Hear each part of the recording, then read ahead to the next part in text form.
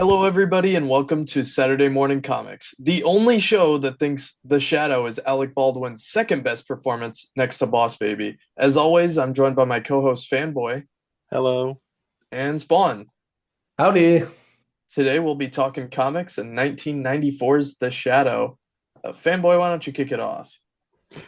Okay, I got a few comics today.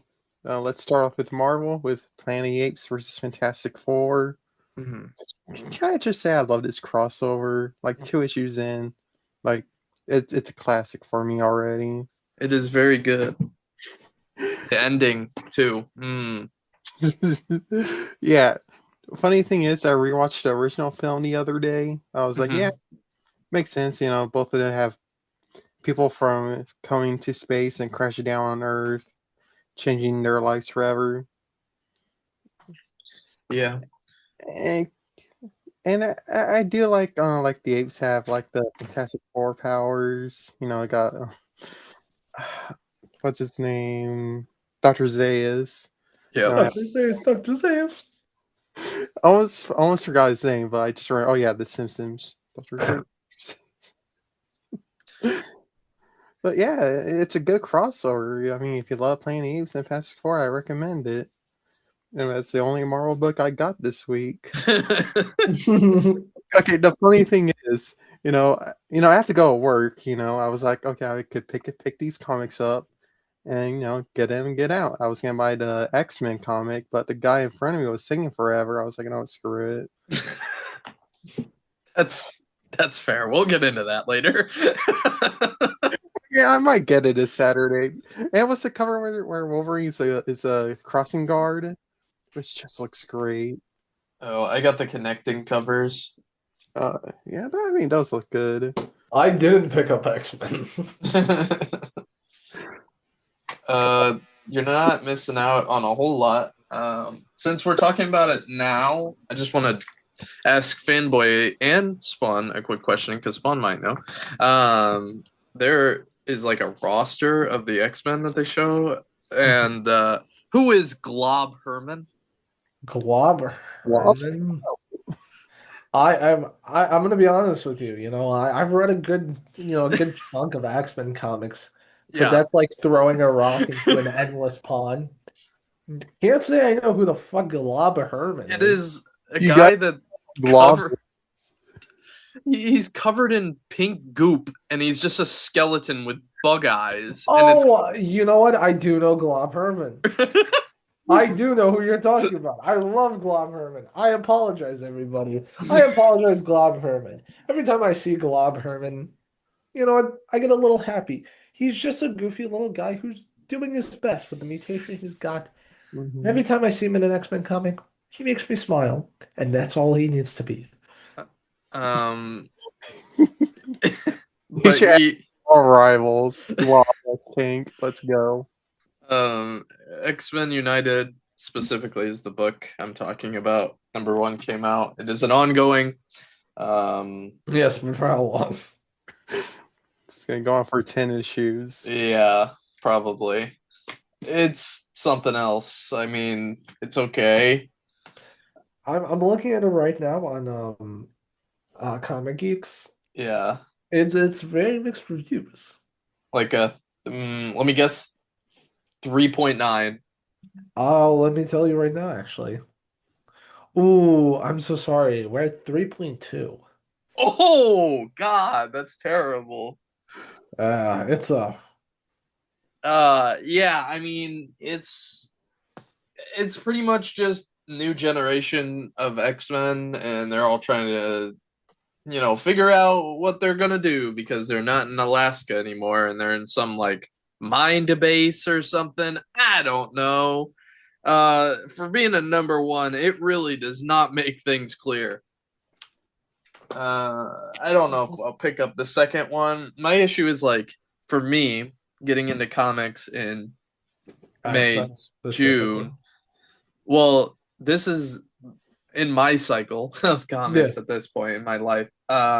This will be the first X-Men series that I'll be able to start with number one at. So at the same time, I don't want to just give up because I know Marvel could give up very faster, a lot faster than me. So, um, I just don't know. I got confused at a lot of parts. It's just, No, listen, man, that's makes so much sense. I mean, that's really the big issue right now with the X-Men is that like you have characters that are getting number ones where it's like, okay, fine, whatever, sure. Marvel wants money, give them the money. shout out Psylocke. Shout out Psylocke and Iceman. Um, but you also have these ongoing titles where, it's like, oh, this is a great place to start for readers, and then you go in and you're like, what the fuck is going on? Yeah. But Uh, Fanboy, what else did you get? Well, it seems like I'm not missing out on X-Men, so let's start with DC. Only one DC book, Bleeding Hearts. And I did reread the first issue on the DC app, they just added it. I don't know, same reaction, not that funny. But the second issue, I actually I, kind of like I thought more. it was really good. I thought issue one was decent, but it wasn't giving Dennis Camp. This is giving Dennis Camp. Like Mhm. he's really able to. I think the issue with issue one, love that. Is it's kind of hard to stretch your writing muscles on issue ones. But like issue two, he's just going for it. Like it is extremely well written.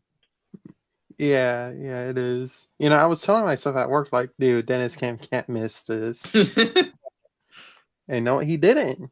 did not. W, man. Got the W. And And, what you were speaking about the it being added to the Infinite app, yeah, um, I feel like I would read X-Men. I would 100% be confident in me reading it if Marvel kept up like DC does, where it was releasing every other or like every month the new issue came out, the last issue came out. But no, Marvel has to wait 3 months to add something. That is true. Marvel has to wait. It's ridiculous. I mean, both apps have their issues. Yeah. All right. So we But like Bleeding Hearts. mhm, Fanboy approved. art. I love the art in this. Yes. I will say from the bits I've seen of it, the art does look really nice. It's very unconventional. It is, and I'm always down for some unconventional art, but I think me personally, I think I'll wait for it as a trade. That's fair. Yeah, I feel like it would have read better, like, as a trade or, like, if there's a couple more issues on the app. I hope it comes out as like an omnibus and the trade is only like one arc. Cause like I feel like this would be really good over like a crazy amount of issues, you know? Well, we'll see. That all is up to sales and numbers. Yep. Fanboy, did you pick up anything else this week? Well, yeah, I did. I got my Archie and Army crossover. Another one I've been, hyping myself up all day at work. hmm I love my Archie. I love my Evil Dead. And yeah, Eric Burnham doesn't disappoint. Eric Burnham is such a good writer for comics. Love Hey, his Busters run. shout out Bruce Campbell. He's going Shout out through it. Bruce. Yeah, shout out Bruce Campbell. You're our goat, and we hope you beat the fucking shit out of cancer. Well, it's incurable, but we hope, you're able to, keep it contained. Um, but yeah, so was it as good as issue one, you think, Fanboy? The only problem is, like half of it's like a flashback with Archie and Ash, like at S Mart, and the other half is like continuous what issue one left off. hmm That's the only problem I have with this, but it's so fun. Like, love the art. We got Jughead here. Hopefully, he survives. Fanboy, would you say that Archie shopped smart? Would you even go as further to say that he shopped as smart? No, he did. Jughead, yes. Archie, no. Ah. Look, it's always gonna be Jughead over Archie for me. um, what did you end up reading, Spawn? Yeah, so um first and foremost, I picked up the Invincible issue one that they came out with the reprinting. I picked up the foil that is the Invincible cover in the art style of the show. I've mentioned this multiple times. I love Invincible, so it's really nice that they're having this Invincible month right now at Image, so I get to pick up some really, really nice covers. Um, I also read Absolute Batman issue 18. Gotta say, another banger, another straight banger. This one wraps up the Poison Ivy two-parter while pushing forward the world, I think. Like Absolute Batman is just so good. Like, do go read it. It just is fantastic. And the art in this book, oh my God, there's a few pages that just remind me of the Batman 2004 in all of like the right ways. Mhm. And that ending, man, just it's so good.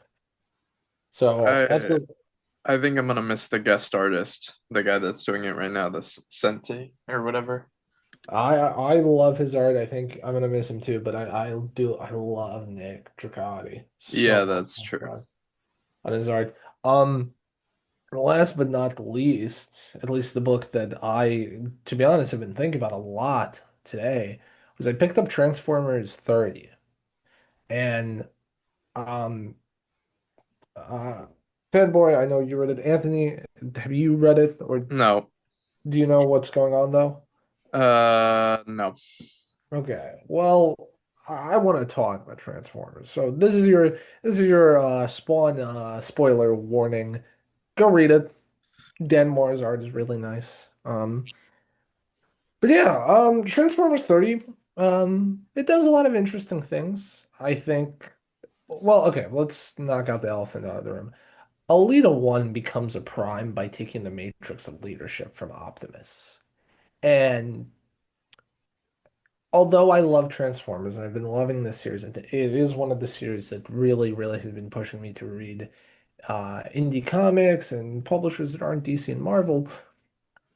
I felt that the execution was not there, and I feel that Kirkman uh, had a misstep, and I'm still very interested to see where Transformers will go, but it definitely everything was very rushed, and I hope that this is just a small little misstep in what I believe arguably is a really, really good series. But Fanboy, I know you read it as well. Do you have any thoughts or comments? I could see why you say it felt rushed. Maybe they could have done like with one more issue with it, Hmm.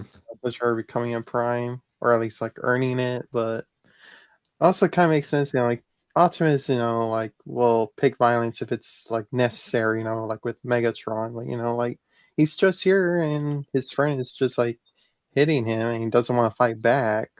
So it's like I get that. And he was just like, you know what? I'm gonna tear my chest open and let the what was it called? The just read The it. the Matrix. Yeah, the Matrix. And like the Matrix chose her and Optimus, and it kind of felt weird seeing Optimus like that. After Matrix chose her, like kind of reminds me of the Transformers One movie design. Yeah. I will say I really like the design of Optimus now because it's just Optimus. I'm more curious to see how this plays into the bigger world because next week will be G.I. Joe issue 20, I believe it is. And that's being promoted as like Optimus and Duke are gonna meet for the first time. So I'm very interested to see where that goes. Yeah, me too. Yeah, I saw on Twitter people were not happy and they're like, we did it again. We put too much faith in Kirkman. I think I think first of all, it's Twitter and everybody on Twitter overreacts about everything. Hmm. But I Makes also like, listen, I love Robert Kirkman. I think he's a really, really good writer, but I think that just this issue was, I think, another issue could have sufficed with it because there's just so much for it. But I will say it's not, I still really much enjoy it. Transformers still is really, really good and one of the best independent series out there at the moment. Um, I read it online. I did not pick it up because I really don't. I don't have the urge to pick it up, but I read Gotham Sirens. Right? That's the yeah, Gotham Sirens. I think they have a surname for it, but I read issue two of that. Um, it's fun. That's all I really can say. It's just a fun book. The art style is very unique and different, and it's a black label, so they can get away with a lot of stuff. There's a few images of Batman in there. I feel like people are gonna be using a lot on Twitter and Tumblr. Like as a good thing, or Well, it's just Batman and Catwoman being a little freaky. The normal things. okay. Hmm. Normal stuff, normal stuff here and there. But it's a really fun read. I'm gonna be honest, I caught myself smiling a bunch of like at just a lot of the small moments. So if you want something fun to read that's a black label, I recommend that. But that's all I read this week. I didn't pick up any Uh, Marvel. well, you didn't. Well, oh wait, you didn't read any Marvel? I did not. No. Oh, missing out on a big one. What did I miss out on? You missed out on Alias Red Band issue one. Was it good? I It I it was debated. very good. I debated. I might buy it this weekend then. It was extremely good. Luke Cage still the mayor. People were Let's go. pretty upset about that. What? Wait, what? What? People are saying that that's Marvel's excuse not to let him get an ongoing because he's currently the mayor. Mm. Hmm. I can see that. That Uh, I he's see it. also like extremely, extremely rude to Jessica Jones. You'll see that in the book. And I see. then Planet of the Apes, I read like we talked with Fanboy about. Um, one of the indie books that I read is called 51. I posted some pictures of that in our chat that we had, and Spawn thought it was a little edgy. I could see that a little bit, but pretty much it's just like a screw up gets put in Area 51, and then yeah, it gets broken into, and he's got to go handle all that, and it's pretty good. It's by the comic studio is Mad Cave. Yep, and I'd recommend checking it out if you're a fan of like darker stuff, but not necessarily like Garth Ennis. Um, if you know, you know. Absolute Batman 18 thought was really good. Like I said, I think I'm gonna miss the guest artist, and but that's not to discredit Dragata because Dragata is the whole reason we're here. Um, Um, Sorry to interrupt you guys. We just got our first official image. Breaking news. We just got our first official image of King Spawn for the Blumhouse film. Oh, what? Right now? 17 minutes ago. I'll send you guys re- the image. Are we Forgive live reaction right now? live reaction, ladies and gentlemen, and everyone who's listening. Our live reaction to King Spawn, posted by Blumhouse and the Spawn community. that looks AI. I'm It sorry, bro. does. That just looks AI. It Um, that uh, does, and it worries me a lot. Hold on. Where did he post it? I I sent it to you on Instagram. Oh, Instagram. Yeah, that's why. Early on Instagram. well, that's not our first. They posted a thing February 10th. Oh, well, it's the first I'm seeing. Ugh. Wow, that looks. Wow. Right, it looks very AI. It doesn't seem like Todd McFarlane's posted, but this is Todd McFarlane. He's late to everything. Um, yeah. What? It, ugh. Anyways, Sorry, I'm so sorry to cut you no, off. you're good. You're good. Um, That's our but thoughts, guys. yeah, yuck. Um, Hopefully better in motion. Bleeding Hearts issue two, really like that. We went over that. Dork issue two. Um, very, very good. I'm very excited to see where this series takes us and hope people stop reselling it. That's what I Yeah, have for that. yeah. Please stop reselling it. I will buy it if people stop reselling it. I mean, it's gonna uh, be printing, very soon. yeah, it's getting a fourth printing. It's crazy. Ordained issue two finally came out after being delayed 2 weeks straight. It was delayed. Um, Oh, the first book came out in December, so that is actually delayed a lot more than that. But very good. About a priest that just goes John Wick on a mob family. And then the last thing I read was Emperor Aquaman issue 15. This is Aquaman coming back from the KO event. It's really, really well done. You get to see a very child Aquaman say that he can't swim, so that's pretty entertaining. Um, but yeah, that's what we've read this week. Going over what's coming out next week, it's a big one. um, Uh, wait, what's up? can we talk about a very important comic book news that happened this week? Black Cat got extended to 15 issues. That too, which is very surprising. Like, okay, sorry. It's interesting the Black Cat is getting pushed to 15 issues, which means the series is doing well. I haven't heard anything about it. But hopefully that means Marvel is listening to the fans and actually putting more time into the books. What were you going to say? My guys, didn't you hear the wonderful, wonderful news from DC Comics? Hush 2 got Oh, delayed again. S- It will be done when Hush 2 is finished. this has I to be on Jim Lee, right? Because I can't imagine. Now, I love Jim Lee. We all love Jim Lee here. we What he's love doing Jimmy. with DC, I mean, clearly it shows. But at the same time, you have Jeff Loeb doing all these conventions. I think, like, I've seen him on like 4 convention lists in the next 2 months. Yeah. And so he's got to be done writing stuff. It's got to be on Jim Lee doing this art that's Right? delaying this book.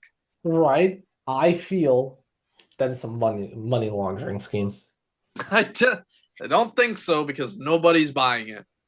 That's the thing. It's like if they see that no one's buying it, just release it as the like I don't understand why they don't just release it as a trade. I'm not sure. Um, Also, with the delay comes the announcement from Jeff Loeb doing an interview, which, saying that somehow, which fans have yet to figure out, the end of Hush 2 is going to lead in 2027, by the way. They said it's not going to end until 2027. Which And is insane. that somehow is going to lead into what we've been reading with Matt Fraction's Batman, which makes Batman Hush 2 a prequel to Matt Fraction's Batman. Makes Which zero sense. which also oh yes, which also makes zero sense to the point where I think was it Scott Snyder or Matt Fraction that came out last week? Or it was somebody on that team that said, "Oh yeah, Joker's like that in the latest issue because of the events of DCKO," which doesn't make any sense. Yeah. Wh- Listen, DC, Jim Lee, Jeff Loeb, if you're listening, Jeff Loeb. take it from a nerdy guy from Illinois. You know, just say you're gonna put the book in a trade, and that's it. You'll make more money that way. You'll maybe make $1 more. Make it a compact at this point. Honestly, make it a compact at this point, because it's I don't just think people are gonna buy it in trade. They'll sure buy it in a compact at $10. So that's it about what the just story's worth. it just does. You know what's the biggest thing that doesn't make any sense about this to me personally? Fanboy, were you gonna say something? No, Just trying not to laugh so hard because this yeah. situation with Hush 2 is so dumb. We're going to get DK6 before we get Hush 2. We have talked about Hush 2, by the way. I've been thinking about this. We've talked about Hush 2 every episode of the podcast, besides the first episode. Yeah. So listen, because it's DC. Yeah, they're shooting themselves in the foot because besides that, all of their books that are current right now are really, really strong. Superman is going into its spring arc, which I'm very excited for. Matt Fraction's Batman keeps on just ripping. DC next week is starting their brand new Next what's it? next up, level Not up. yes, next up Next event. up. Yeah. Next up event. it seems so pointless. Yeah. All the characters also are coming back from KO with new stuff, so that's exciting. One book that we didn't talk about that did come out this week is I think it's Green Lantern Corps number 8, I Oh believe. yes. And Guy Gardner is the main star of that one, and he comes back with more than just your normal Guy Gardner, and he's like superpowered and stuff from KO. So you'll be seeing a lot of that stuff, and I think that's really cool. Yes. As much as I don't like Guy Gardner sometimes, he deserves the love every now and then. But yeah, so there's our Hush 2 rant. Once Uh, again, For next week for news. um, some books that are coming out next week. Like I said, I think it's a pretty big week. Absolute Flash 13, which I will be picking up. I love the series. It'll be the start of the new arc, which is year 2. Uh, you'll see a lot of that in these Absolute books. Is year 2 starting very soon. Lobo number 1, written by Scotty Young. He does I Hate Fairyland. His art is awesome. His writing's pretty decent too. I'm excited to see that. Are you guys planning on picking up Lobo number 1? I don't think I'll pick up Lobo Uh-huh. personally, just because I like Lobo, but I like him in very small, sporadic stuff. I don't think I can do A book. a book. That's fair. Batwoman number 1, written by Greg Rucka. I might pick up that one actually, because I do like Greg Rucka a lot. And then Deathstroke number 1. Let me Google that real quick. I don't know who's writing that. But yeah, those are all coming out. I was talking to the owner of my local comic book store, and he was very concerned because he did not realize that those are all coming out on the same week. Yeah, He- it's very interesting that DC is putting them all out on the same week. I wonder if that's just a funny little thing that's happening, or is this like strategy, or it's planned or something? But yeah, I cannot find this anywhere, so we're just gonna move on from who that. the writer of the Yeah, Deathstroke. his name is Tom Fleece. I think I'm pronouncing that right. Tom Fleece. Yeah, Fleecs. He has written Oh, Tom Fleeks. Fleece. Sorry, I can't speak. Um, his work is interesting from what I see on Comic Geeks. Well, he writes Feral, which is huge. He wrote The Thing, from 2025. He's also written what seems to be like a lot of My Little Pony. Well, he's got a huge thing on Image, and Yeah, he's written a lot of Feral, which I know is people say is really, really good. Stray Dogs, and okay, I'm gonna come out and say it. Accusation time. This guy's probably a furry. Anyways, I mean, you don't go writing, or maybe you do, but not a lot of people are going around writing a lot of My Little Pony comics. Also, 2 of their biggest books are Stray Dogs and Feral Cats. I You know, mean, I'm just listen, putting the pieces together. I'm not gonna say I disagree with. It's just one of those things, you know. And if you aren't, come on the podcast, argue with me. I don't know. I see. Well, what else is coming out this next week, fanboy? Spider-Man, that's coming out, during that Death Star event. Yay! More Paul. Paul is buff. I didn't realize it. So I was reading the event. I was like, oh yeah, he's buff now. Why? End of Life number 2 comes out for DC Wait. as well. Very excited for that. Loved issue 1. Ultimate Wolverine 15 comes out. Spawn. So close to the end. I need the book to end. Is it 16 is the end? Let me just see. I believe 16 is the end. Okay.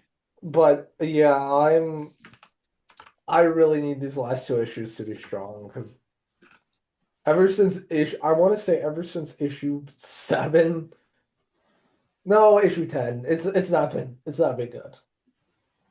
Um, It should have been a mini series. It should have. and then we have Captain America issue 8, which I just started reading Captain America on Marvel's app. I think it's pretty decent. Cyclops number 2, Infernal Hulk number 5. Now I'm gonna bring this up because I saw this. Did you guys know Infernal Hulk is ending after 10 issues? Not surprising. Not surprising, but that still sucks ass. Um, and Moon Knight number 2, which meh. Yeah. Uh, Wade Wilson Deadpool number 2. I'll be picking that up. I don't know if anyone else will. No. But the big number one from Marvel next week is the Century number 1. Good old Bob. Yeah, maybe I might. That's fair. And then GI Joe number 20. Don't forget DC's Batman and Superman World's Finest. I will forget that, and we will be moving on. I like World's Finest. World's Finest is banger. World's not so finest. This guy hates fun. Yeah, this guy hates fun. Didn't you hate the Green Lantern movie? I did because that's not fun. That was fun. What It's a was it? lot. It's a Yeah. lot more fun than the movie we're about to talk about. Uh, 1994, The Shadow. I think you don't appreciate cinema. Sure. So let me just before we get to talking about this movie, let's I'm gonna talk a little bit about some stuff around the movie, right? I created a Oh, little document. So The Shadow came out in 1994 with a budget of $40 million. It mhm. made in its total run $38 million. Yeah. Movies that also came out the same year: The Mask, Clerks, Forrest Gump, Pulp Fiction, and Shawshank Redemption. I don't think it was Now, gonna win. what? That's some tough competition, man. Well, I wasn't talking about any awards specifically. The reason I bring these movies up is because these movies, aside from Clerks, because it's all shot in black and white, but Shawshank and Forrest Gump, especially, actually look like they were shot in the 90s, where The Shadow, I don't think intentionally, looks like it was shot in the 1950s. It looks Actually, terrible. actually, it is intentional. That's sure. If you want to No, no, say, no, no, no, no, no, no, no. Okay, listen. So it's actually is intentional because they were going to shoot it in black and white. They were going to they should have. they should have, but they couldn't. It was just there was not enough budget to be Not shot in enough. It's 1994. It's not like we can digitally do that anymore. They were actually Uh going to huh. shoot in black and white film, and they were like, So Clerks. It's funny you yeah, say that because Clerks is in black and white, yes, and the budget for Clerks was 27 grand. yes. However, we have to account for Alec Baldwin's ego, Uh huh. the special effects. I don't think Alec Baldwin was costed that. I'm kind of interested to see if I can find a breakdown on this budget because it just seems disproportional. It, The another reason I wrote the Mask's budget was $23 million. yeah, but that was also because Jim Carrey could like do half of that shit because he's Jim Carrey. But it looks so much better. Although I don't disagree with you. I want to say I don't disagree with you. I think that okay, comparing the mask to the shadow specifically because those are in the same genre, those like it is night and day. I'm not gonna disagree with you on that. Mhm. But I don't know. To me personally, and this is my own personal opinion, the shadow, at least in certain bits of the film, has some charm of its look. Uh, does it? Yeah, kind of. What's the charm? Seeing Alec Baldwin with long fingernails at the start speaking Mandarin? No, the charm is when you first see the shadow on the bridge, and his fucking jacket cape thing is flowing. Really cool. Yeah, well, speaking of that bridge scene, Yeah. let's talk about the budget again. Um, I don't know how closely you paid attention during that scene, but Yeah, at the very end of the bridge, clearly is just a poster of a city. that's a matte painting. Yeah, it looks terrible. It's a matte painting. I don't care. It's supposed I to be the gateway to the city. Just film it on a bridge in New York. did It's the not that shadow. hard. Can I ask you something, please? Am I Sure. allowed to? Yes. It seems like you have some, like trauma, one could say. Not to throw that word around, but Uh-huh.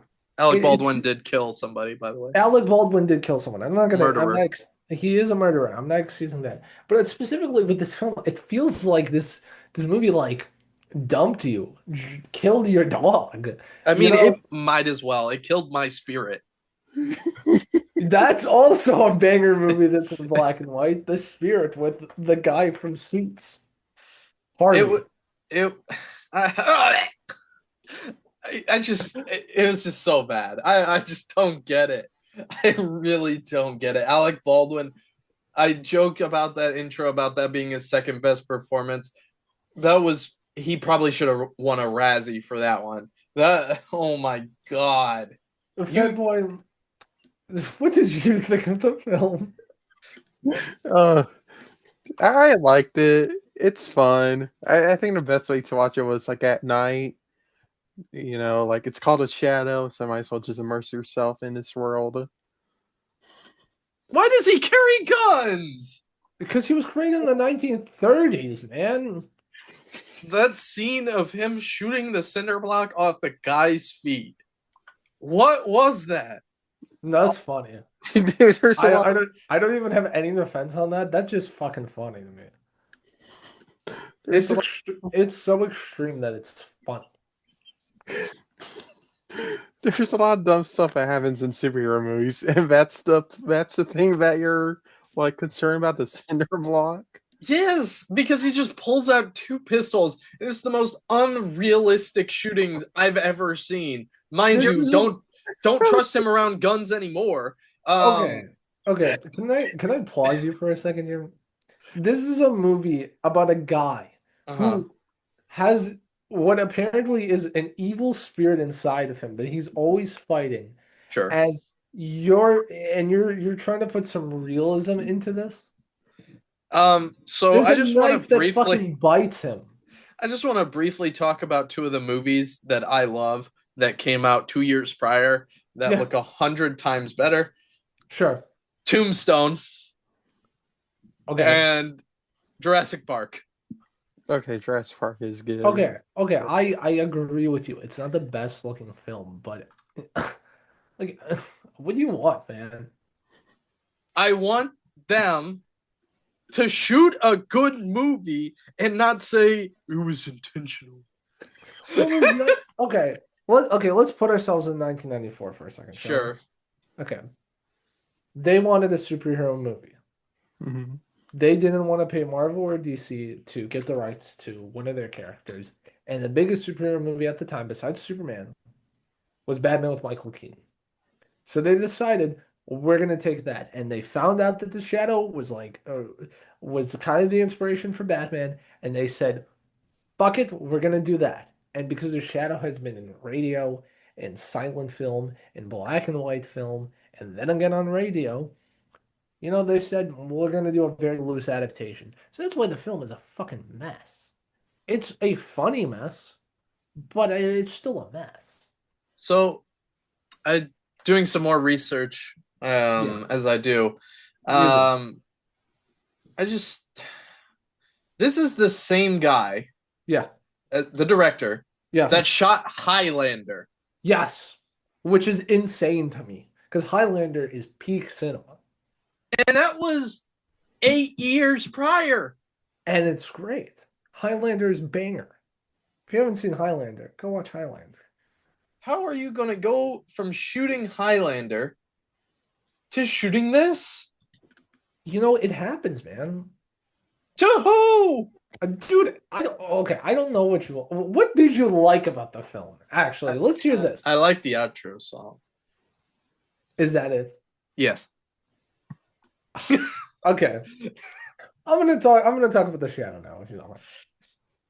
So I really like bad movies, as we can tell.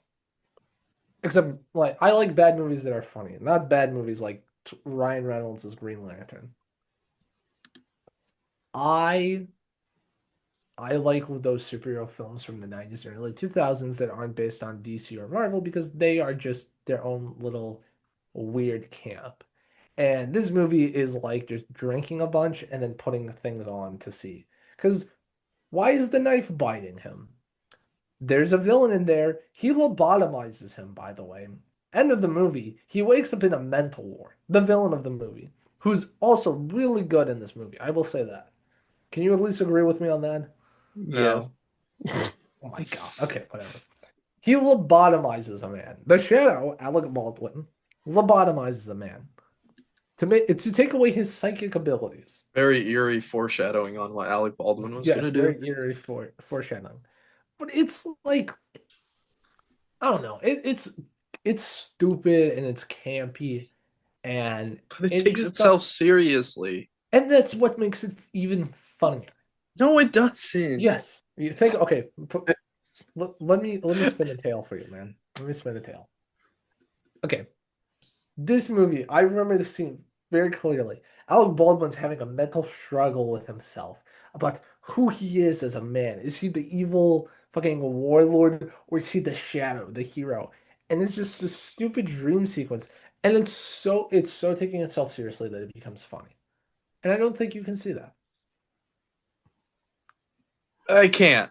It's not good. To each their own.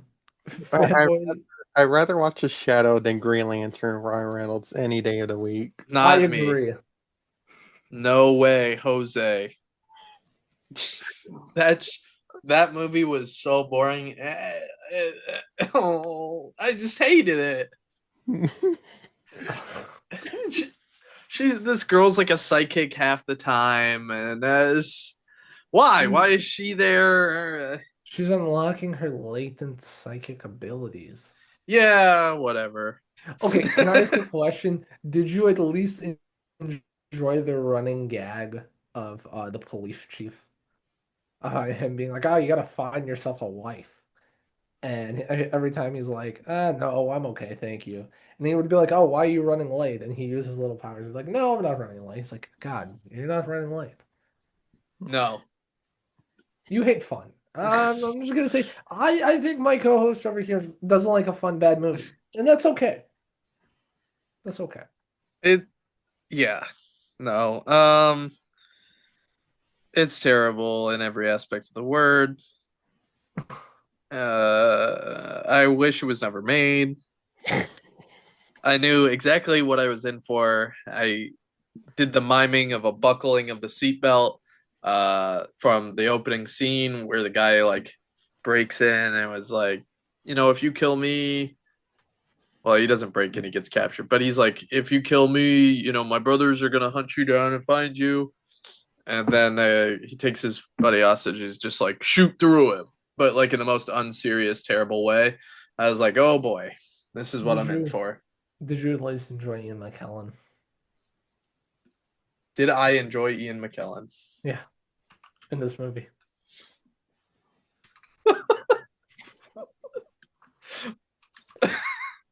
He's in this movie and he plays a colorblind doctor that makes Yes, what he's is the psychic's dad, he's just like and Tim Curry's also in this movie. yeah, it's a creepy old Tim Curry. Is just like, oh, you trying to come over to my place later? I'm gonna kill you, Alec Baldwin. It's boo. Can we remake this movie? I We would love to remake it actually. better for sure. No, we're keeping every plot beat the same.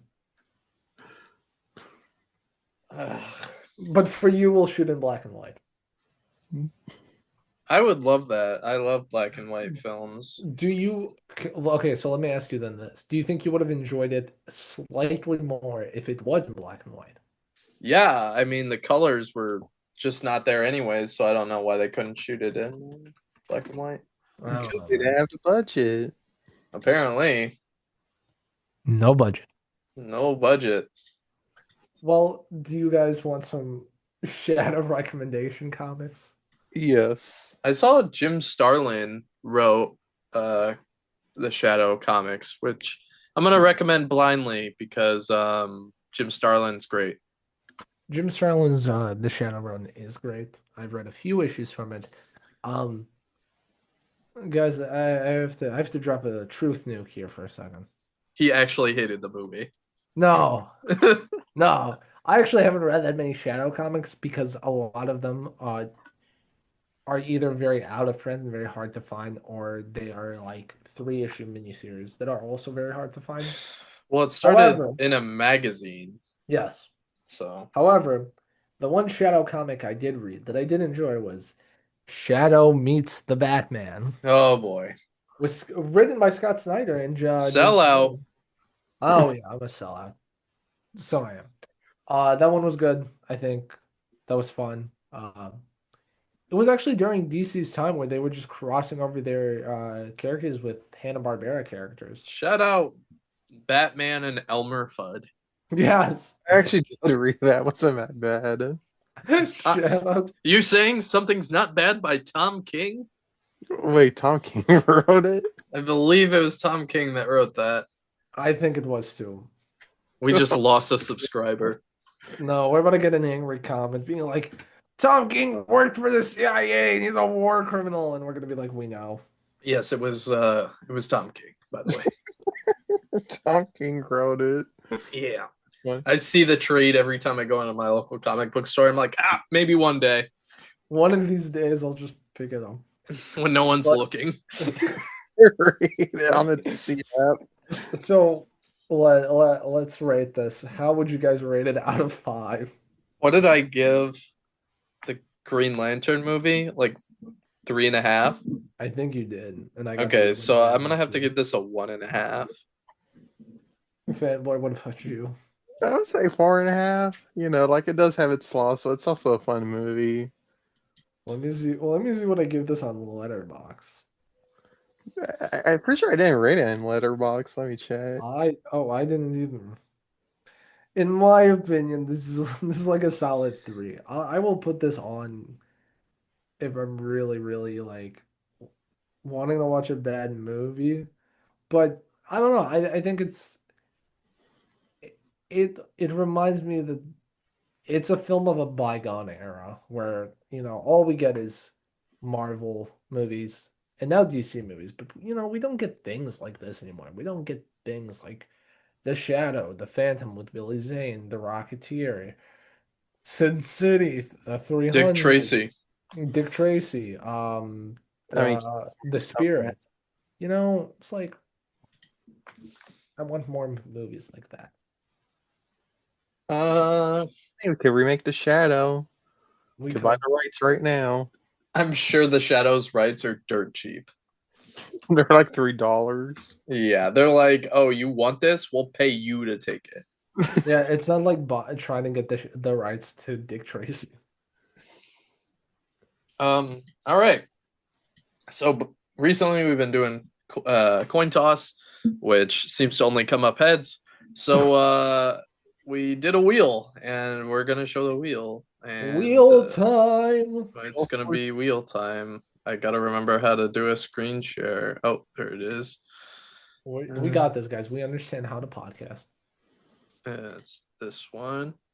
Yay! All right, everyone's seeing the wheel. Wait, give me a second. My The screen. Okay. Yes, I see the wheel. All right, it's time to spin the wheel. We got. Oh no! Oh no! Arrow season 1. Fuck! So with this one, which I really just need to separate this. Sure. All right, we're gonna do a coin flip. Because the reason being for the shows that we land on, we're giving ourselves 2 weeks to watch it because they are lengthier. So in the meantime, Fanboy and Spawn brainstorm a movie right now. Don't say it out loud. Okay. I'm kidding. That's not the movie I will. Okay. Yes. And now we're gonna flip a coin. Ignore this first one. It's heads for a fifth time in a row. Fanboy, you start. Spider-Verse. Okay. Oh, you gotta call it. All right, we're ignoring that one. We actually got tails. All right. Call it, Fanboy. Heads. All right. All right. Spawn. Heads. Oh, Into the Spider-Verse it is. That's the one we're doing, right? Yes. All right, Okay. so we are going to be covering Into the Spider-Verse next week. And then 2 weeks from now, we'll be doing Green Arrow Season 1. Don't say Green Arrow. Don't add the green to that. That's Arrow season 1. Hey, Stephen Amell, he's gonna do his thing. He's gonna work out, and that's gonna be 90% of the show. So we'll see you next time. Same bat time, same bat place. Bye, everyone. Bye.